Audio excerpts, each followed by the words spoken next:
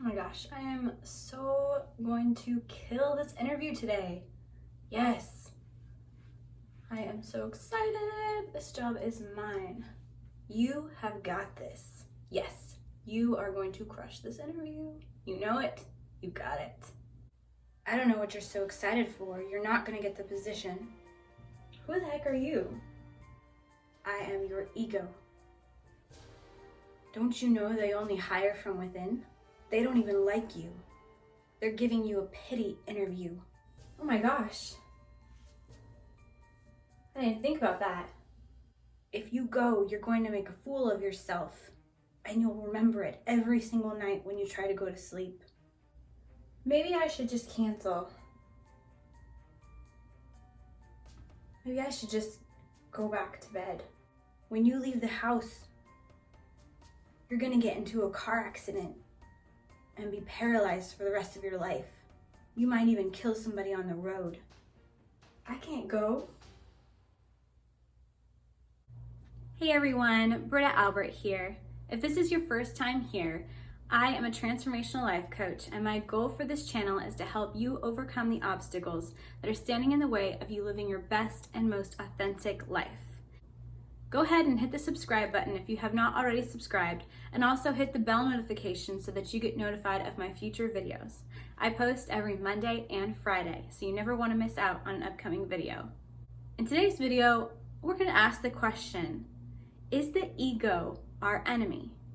But before we get into that, I want to go ahead and give a shout out from the Are You Comfortable with Silence video. This shout out is from Boundless, Limitless, and Free. Boundless says, I need to recharge my battery as well as alone time. Great video. I love my silence and my YouTube time. I hear you.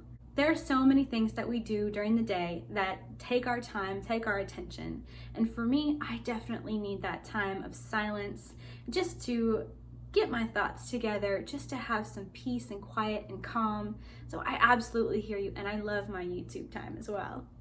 Thank you so much for commenting. And if you want to see your comment featured in one of my videos, go ahead and comment below something that you loved about this video or something that you learned.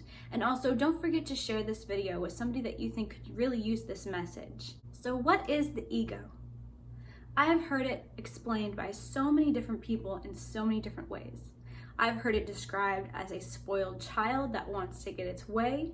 I've heard it described as our sinful nature. I've heard it described as our natural instinct. So many ways that I've heard the ego described. And more times than not, I've heard the ego described as something really negative, something that we want to detach from, or something that we want to kill. Again, if you've ever heard the term ego death.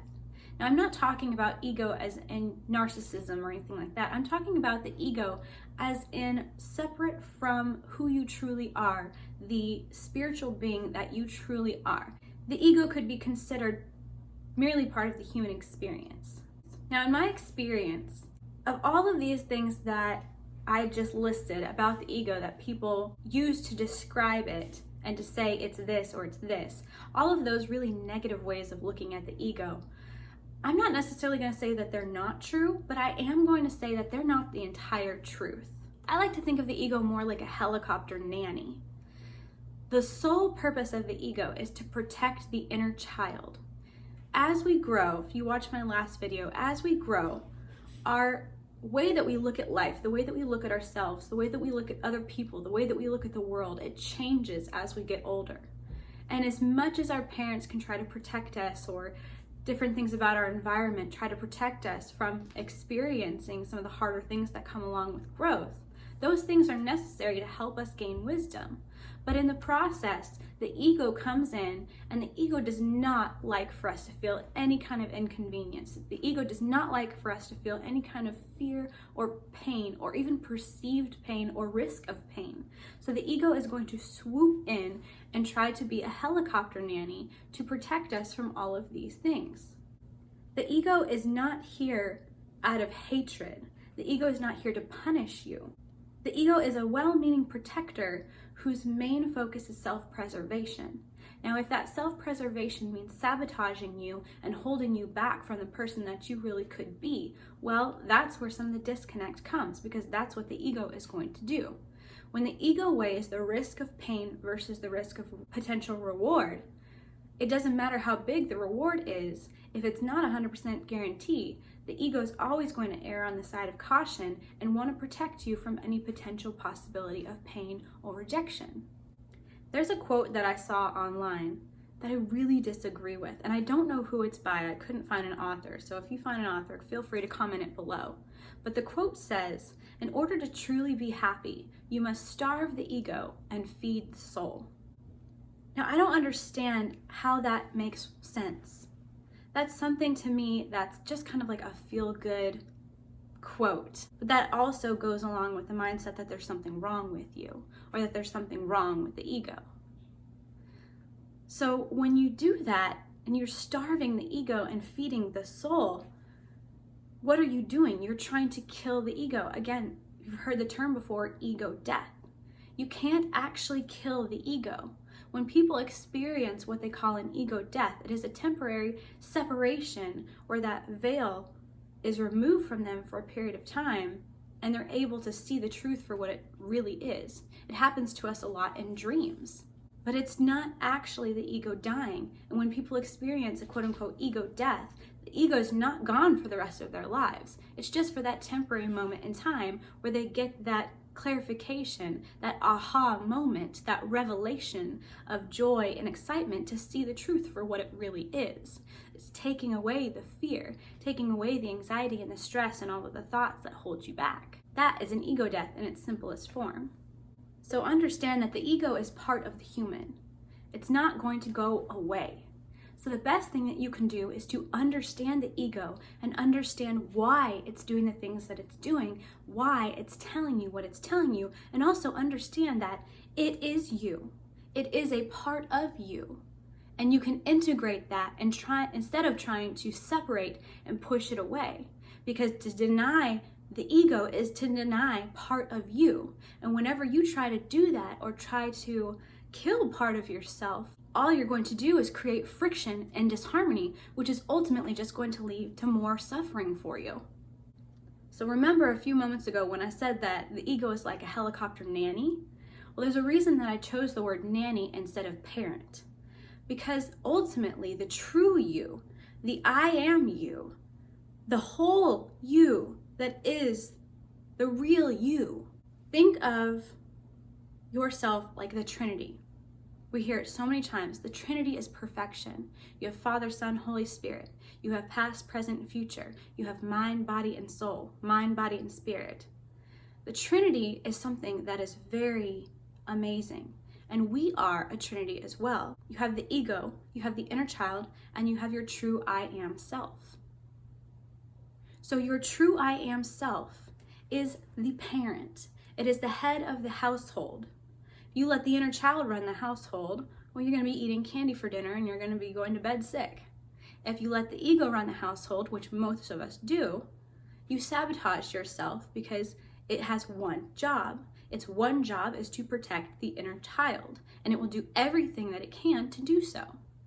So imagine, for example, if there was a parent who was away on business for a long period of time. For me, I'm 32 years old. So let's just say for 30 years, my I am self, my parent was on a business trip. So my inner child doesn't really know the true I am self. It knows the ego nanny. The ego nanny knows its job, loves its job, and does it to the best of its ability, and does not let anything stand in its way. So that ego nanny is wrestling that inner child, keeping it safe, being the helicopter nanny, keeping it from experiencing things, telling it that it's not safe, and it's doing its job. All the while waiting for the true I am self, the parent, to come home and take the reins of the household once again. Now there is a transition. Imagine if this was real life and a parent really did come from a long time away from the home, and you have this nanny who means well, running the place, helicopter nanny, self-sabotaging and all of that, a little bit crazy, a little bit erratic, a little bit extreme. Well, they respect their employer, and they also love the inner child that they have been protecting and raising this entire time. So the parent comes back in. Do you think that it's going to be an easy shift for the nanny and the parent as the parent comes back in to take the reins of the household? No, even though the ego nanny respects the I am self or the parent, they have been used to doing things their way for so long, there might be a little bit of a power struggle initially. But at the end of the day, the true I am self, the true you that you really are within yourself, is the head of the household. It is in control of the body.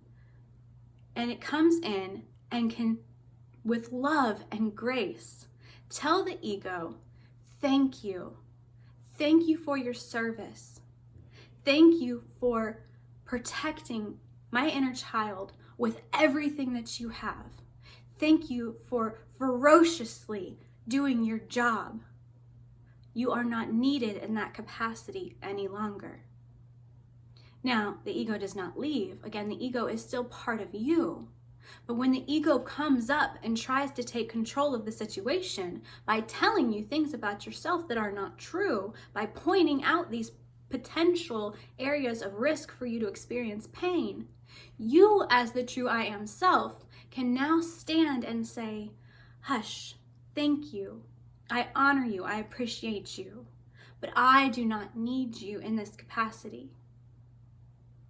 And you can let it go. Now, the ego, again, there might be some power struggle, and this takes practice.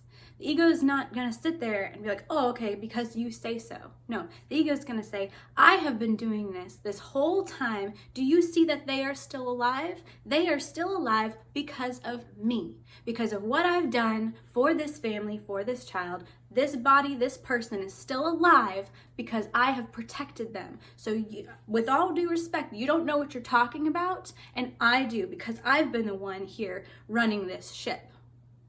So then again, the true I am self has peace, has dignity, has grace, has love, has presence. And the true I am self can come with proof to calm the ego. So say, for example, you want to go for a new job. The ego pops up and says, you are not worthy. You are an imposter. They're going to find out that you don't really know what you're talking about. Then breathe. Call forth who you truly are. Who you truly are comes and says, no. I understand you're scared. Thank you for being worried about me and my safety. But I have got this, and I will prove to you that I have this. Because 2 years ago, when I got my first promotion, I was afraid I couldn't do it. But I did. And month after month, I met my goals. And then a year later, I got another promotion. And I was afraid to do that job. But month after month, I have met my goals. So show me where, from my track record, I am not qualified. When you come with actual proof of things that you have actually done to go up against your ego and the fears that it brings up, you are able to disarm it with grace and love and continue to stay in alignment, continue to have harmony, and then the ego will calm down and understand that you've got this. So the more that you do this, the more that you practice makes perfect. The more you're able to recognize in the moment that something is triggering you and it's your ego. The ego likes to complicate. The true spirit is simple. So when something wants to come up and complicate a situation and make you overthink and bring you anxiety and bring you stress and all of this stuff, breathe, know who you are, be confident who you are, and show proof. No. How many times have I gotten in a car and not had a car accident? Thousands, possibly even millions of times at this point. So no, I'm not going to get into an accident on my way to work today. Thank you for worrying about me. Thank you for loving me and wanting to protect me.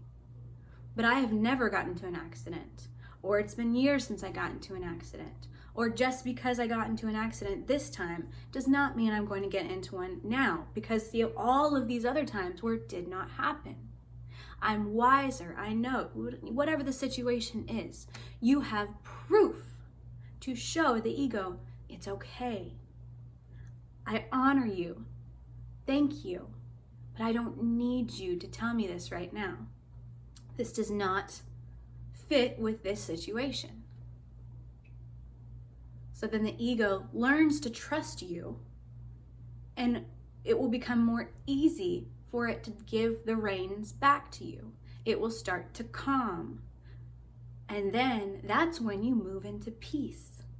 The you that you've wanted to be your entire life, the confident you, the you that understands who you are, the you who is master over your mind, body, and spirit, the you who can overcome the addictions, the you that can overcome the laziness that you tell yourself that you are, the you that can overcome any boundary that's standing in your way of the true authenticity of who you should be, the you that you look at other people and say, I can never be that person, but deep inside you crave it so bad. This is how you get there. One step at a time, one moment at a time, one conversation at a time. And as you start out, maybe the ego wins. But the more you do it, the better you get at it, the more your true I am self will win. And understand that the ego is not your enemy. It is a well-intended, however sometimes ill-informed, part of you whose sole purpose is to protect your beautiful heart. Once you understand and stop trying to fight it, stop trying to call it sinful, stop trying to call it your enemy, stop trying to kill it, accept it that it's a part of you, understand where it's coming from, understand that it doesn't always have the right answers, and that's okay. But you do with your wisdom, and step into who you truly are, your I am self. I am powerful. I am wise.